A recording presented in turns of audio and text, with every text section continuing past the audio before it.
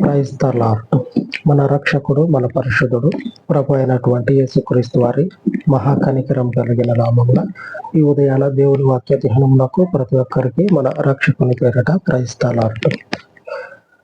దేవుని యొక్క శక్తి కలిగినటువంటి మార్గంలో జాగ్రత్తగానండి, దేవుని క్రియలు అనేవి జరుగుతూ ఉంటాయి. నిజమే చెప్తా ఉన్నా, మన జీవితాల్లో కూడా జరుగుతాయి. మన జీవితాల్లో కూడా దేవుని శక్తి కలిగినటువంటి కార్యాలు అనేవి, ఆయన ఉద్దేశం అనేది క్రియారూపకంగా జరగటం అనేది జరుగుతూనే ఉంటుంది. దానిని మనం గ్రహించాలి. దేవుని నామానికి స్తోత్రము కలుగును గాక. దేవుని యొక్క ఉద్దేశం ఏమై ఉన్నదో, ఆయన యొక్క ఆలోచన మన ఎడల ఏమై ఉన్నదో మన జీవితమే మనకి తెలియజేస్తుంది. స్కూల్లో చూడండి, బ్లాక్ బోర్డ్ ఎట్లాగైతే ఉంటుందో అట్లాగా మన జీవితంలో జరిగే దేవుని క్రియలు మన ముందు మనకి కనపడతాయి. ఇది దేవునిది అని, ఇది దేవునిది అని మనకి కనపడతాయి. మనం ఆ క్రియలని ధ్యానించి ఆ క్రియలను మనము ఏదంటే ఆలోచన చేసి ఇది దేవునిది. ఇక మనం ఈ రీతిగా నడుచుకున్నట్లయితే మన జీవితానికి డోకా ఉండదు. మన జీవితానికి దేవుని యొక్క ఆశీర్వాదము పరిమితం కాదు, అపరిమితంగా ఉంటుంది. దేవుని యొక్క ఆశీర్వాదము కొలత అనేది లేకుండా విస్తారంగా మన మీదకి వచ్చి పడుతుంది. దేవుని యొక్క ఆలోచన ఒకసారి ఆయన యొక్క పరిశుద్ధుని జీవితంలో జరుగుతూ ఉంటే గ్రహించలేకపోతా ఉన్నాడు. ఒక పక్క దేవుని యొక్క ఉద్దేశం జరిగించేటప్పుడు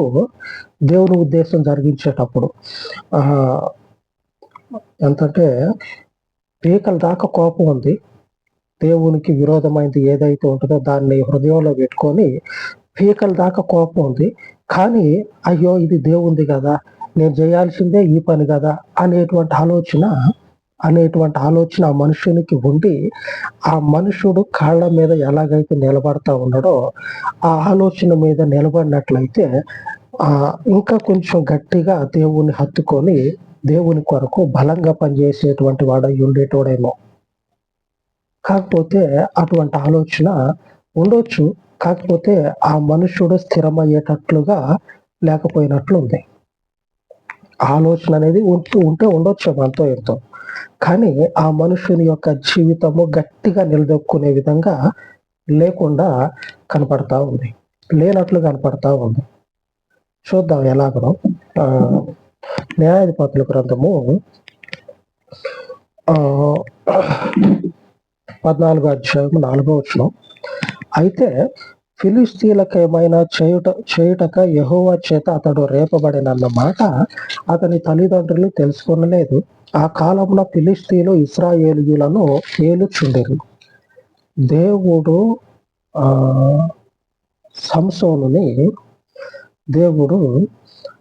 సంసోనుని ఫిలిస్తీన్లను నాశనం చేయటానికి, వారి యొక్క జీవితాలని పాడు చేయటం కొరకే సంసోనుని దేవుడు పుట్టించాడు. ఆ విషయము సంసోను తల్లిదండ్రులకు కూడా దేవుడు చెప్తాడు. చూడండి, ఆ మనిషి జీవితంలో సంసోను పుట్టక ముందు దేవుని యొక్క హృదయపు ఆలోచన ఏదైతే ఉందో, సంసోను పుట్టి బుద్ధి ఎరిగిన తర్వాత ఆ మనుషుడి జీవితంలో ఒకనొక స్థితికి వచ్చిన తర్వాత ఏది చేయాలో అదే చేస్తా ఇది దేవుని ద్వారా కలిగింది కదా, నేను చేయాల్సినటువంటి పని ఇదే కదా అని అనుకొని ముందుకు వెళ్ళే క్రమంలో ఒక స్థిరమైనటువంటి నిశ్చయమైనటువంటి అవును ఖచ్చితంగా నేను ఇదే చేయాలా అనేటువంటి ఆలోచన లేకుండా ఉన్నట్లు ఉంది. అంటే మనుషుడు నేను ఈ పని చేయాలి, ఎందుకంటే వాళ్ళు నాకు ఇట్లాగా చేశారు కాబట్టి నేను ఈ పని చేయాలా అనేటువంటి ఆలోచన ఉందే కానీ అసలు నిజానికి ఇది అసలు దేవుడు నిర్ణయించిండు. నేనేదో రోషానికి వాళ్ళ మీద పోతా ఉన్నా కానీ అసలు నిజానికి దేవుడు నన్ను పుట్టించింది ఎందుకే అనేటువంటి ఆలోచన ఆ మనుషుని యొక్క జీవితానికి ఒక పునాదిగా ఉన్నట్లయితే గట్టిగా దేవుడిలో నిలదొక్కోవటానికి అవకాశం ఉండేదేమో. అటువంటి ఆలోచన లేనట్లుంది. వాళ్ళు నాకు ఈ కీడు చేశారు, నేను కూడా వాళ్ళకి కీడు చేయాలి. ఎందుకంటే నా దగ్గర కెపాసిటీ, సామర్థ్యం అనేది ఉంది, నేను వాళ్ళకి చేయటానికి నాకు జరుగుతుంది. అట్లాగా అదే ఆలోచనలో పోయాడు. కానీ అసలు దేవుడు మనల్ని ఎందుకు పుట్టించాడు? మనకి కూడా మీరు ఈ ప్రశ్న వేసుకున్నట్లయితే, దేవుడు మనందరి జీవితాలకి ఒకానొక చిత్తాన్ని ఏర్పాటు చేసి పెడతాడు. దేవుడు కూడా మనకు ఒక చిత్తాన్ని ఏర్పాటు చేసి పెడతాడు. ఆ చిత్తానుసారంగా మనము నడుచుకోవాలి. నేను రోజు ఇట్లా వాక్యం చెప్పుకుంటా, ఇట్లాగా అయిన కాడికి లేని కాడికి ఇట్లాగా పోతా ఉన్నా కదా, వెనుక వచ్చేటువంటి వాళ్ళు ఎంతమంది ఉన్నారు లెక్క రాసుకోవటం ఇట్లాగ లేదు. మన వెనక ఎంతమంది వస్తున్నారు ఏందని లెక్క పత్రం లేదు. ఆయన మనకు అప్పచెప్పాడు కాబట్టి ఆయన ఆలోచన ఏంది? ఆయన మనకు అప్పచెప్పిన దాన్ని గైకొనడం, అంతే. గైకొంటా ఉన్నాం. ఆయన మనకు అప్పచెప్పినటువంటి ఆయన యొక్క ఉద్దేశాన్ని గైకొంటా ఉన్నాం. వచ్చేటువంటి వారు, రానటువంటి వారు, అవి ఆ ప్రభువుకి సంబంధం. మనం ఏం చేయాలంటే ఆయన మనకిచ్చినటువంటి బాధ్యతని సక్రమంగా నిర్వర్తించాలి. దేవుడు కోరుకునేది అదే. ఈ సంసోను దేవుని యొక్క చిత్తాన్ని గ్రహించినట్లయితే, ఆ చిత్తానుసారంగా తనను తాను మలుచుకున్నట్లయితే జీవితము మరికొంచెం బలంగా ఉండేదేమో. లేఖనంలో స్పష్టంగా ఉంది. వాళ్ళ తల్లిదండ్రులు, అరే నువ్వు ఎందుకు అడిపోతావు, వాళ్ళు మన మీద పెత్తనం చేసేటోళ్ళు, వాళ్ళు మన ఏలిన వాళ్ళు మనకి వాళ్ళు మన మీద ఏలుబడి చేసేటువంటి వాళ్ళు, పోయి వాళ్ళ ఇంట్లో జ్వరపడతానంటే ఏందిరా నువ్వు అని చెప్పనని అంటా ఉంటే, నాకు తెలియదు, నేను అనుకున్నది నాకు జరగాల, ఆ పిల్లతో నాకు పెళ్లి కావాలి. వాళ్ళు మన మీద పెత్తనం చేసేటువంటి వాళ్ళరా, వాళ్ళు పిల్లనికి అంటే మనకి ఇస్తారా అని అంటే వినడం. కానీ ఆడ జరుగుతుంది ఏంది? 4వ వచనంలో స్పష్టంగా ఉంది. అయితే ఫిలిష్తీయులకు ఏమైనా చేయటానికి దేవుడు ఈ సంసోనుని ఇట్లా పురికొల్పుతా ఉన్నాడేమో. దేవుడు ఆ ఇశ్రాయేలీయుల మీద ఏలికలుగా ఉన్నటువంటి ఫిలిష్తీయులని నాశనం చేయటానికే ఈ సంసోనుని దేవుడు ఇట్లాగా ఉసిగొలుపుతా ఉన్నాడేమో. రేపబడినన్న మాట, దేవుని చేత రేగిండు అనేటువంటి మాట ఈ తల్లిదండ్రులు గుర్తులేదు. సంసోను పుట్టక మునిపే దేవుడు తల్లిదండ్రులకు చెప్తాడు.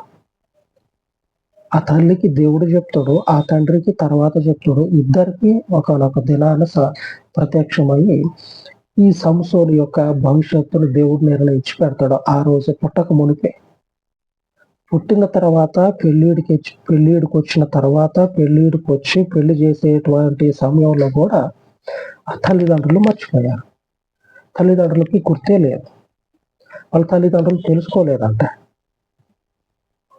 దేవుడు ఉద్దేశించినటువంటి ఉద్దేశము మన జీవితంలో జరుగుతూనే ఉంటుంది. ఏసేపుకు జరగలే.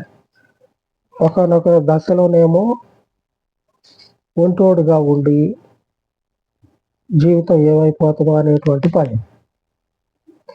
మరొక దశలోనేమో జీవితము ఎటు పోతుందో అనుకునేటువంటి సమయంలోనే కారాగారంలో పడి ఈ జీవితము ఎటు తిరుగుతుందో, మొత్తానికి అట్లా ఇక్కడే ముగుస్తుందో లేకపోతే బయటికి పోయే పరిస్థితి ఉందో లేదో అనేటువంటి పరిస్థితి.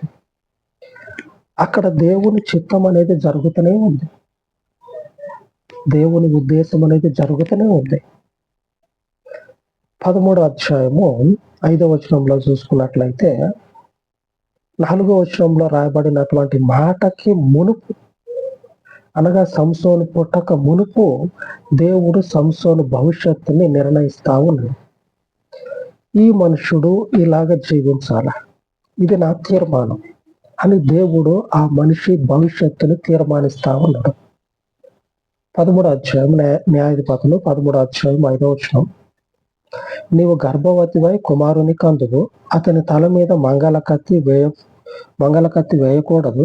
ఆ బిడ్డ గర్భమున పుట్టినది మొదలుకొని దేవునికి నాజీరు చేయబడిన వాడై ఫిలిస్తీన్ల చేతిలో నుండి ఇశ్రాయేలీయులను రక్షింప మొదలుపెట్టునని ఆమెతో అనగా, దేవుడు తనతో చెప్తా ఉన్నాడు సంసోను తల్లితోటి, ఇదిగో నీవు గర్భవతివై కుమారుని గంటావు, ఆ కుమారుడు మీకు ఏలికలుగా ఉన్నటువంటి మీ ఏలిక ఎవరైతే ఉన్నారో, అంటే మిమ్మల్ని ఏలుబడి చేసేటువంటి ఈ ఫిలిస్తీన్లు ఎవరైతే ఉన్నారో వారి చేతిలో నుంచి మీ బానిస యొక్క సంఖ్యలను, మీ బానిస బతుకులని నీ కుమారుడు రక్షిస్తాడు అని దేవుడు తీర్మానించి ఉన్నాడు. ఇదే తీర్మానము కుమారుడు జన్మించి పెళ్ళిడికి వచ్చిన తర్వాత దేవుని కార్యము జరుగుతూ ఉంటే గ్రహింపులోకి లేదు. దేవుడు మన జీవితాల్లో తన యొక్క పరుగుని, తన యొక్క భవిష్యత్తుని, అనగా దేవుడు తన ప్రజల ఎడల ఉన్నటువంటి ముందటి భవిష్యత్తుని మన జీవితాల్లో నిర్ణయిస్తాడు. అంటే మనమని కాదు, దేవుని యొక్క ప్రజలుగా ఎవరైతే నిర్ణయించబడారో వారందరి జీవితాల్లో ఆయన ఉద్దేశం ఉంటది. ఇలాగనే ఆ ఉద్దేశాన్ని గ్రహించినటువంటి వారు ఆ ఉద్దేశము ప్రకారంగా వారికి వారు మలుచుకున్నట్లయితే, వారిని వారు తీర్చిదిద్దుకున్నట్లయితే ఆ జీవితాలు ఈ భూమి మీద పచ్చగా ఉంటాయి. ఆమె దేవుని యొక్క సారము చేత పచ్చగా బతుకుతారు. దేవుని యొక్క వాగ్దానం ఈరోజు సెలవిస్తా ఉంది. ఎఫెసీయులకు రాసిన పత్రిక 5వ అధ్యాయం 17వ వచనం. ఇందు నిమిత్తము మీరు అవివేకులు కాక ప్రభు యొక్క చిత్తం ఏమిటో గ్రహించుకునుడి. దేవుని చిత్తం ఏమై ఉన్నదో మీ జీవితాల్లో ఒకసారి గ్రహించండి. అవివేకులు కావద్దు. ఒకనొక దైవజనుడు దేవుని చేత అభిషేకం పొందినటువంటి సంసోను తన యొక్క గమ్యస్థానం ఏటో తెలియకనే ఆ పరిస్థితి అనేది గ్రహింపులోనికి రాకనే మనుష్యుడి జీవితాన్ని ముగించుకున్నాడు. ఎంత బలమైనోడు! దేవుడు ఎంతటి ఘనత ఇచ్చాడు, ఎంతటి అధికారాన్ని, ఎంతటి బలాన్ని ఇచ్చాడు. ఆ రోజుల్లోనేమో మనిషికి శారీరక బలం అనేది ముఖ్యం. అప్పట్లో మనిషికి ఎంతటి శారీరక బలం ఉంటే అంతగా ఎదుటి మనుషుల్ని అనగదొక్కి దోచుకొని బలవంతుడిగా ఉంటాడు. ఇప్పుడు ఏదంటే డబ్బు, అధికారము. ఇప్పట్లో బలం ఏంటంటే అధికారం ఒకటి, డబ్బు ఒకటి. ఈ రెండింటికి ఇప్పుడు బలం. శారీరక బలానికి విలువ లేదు.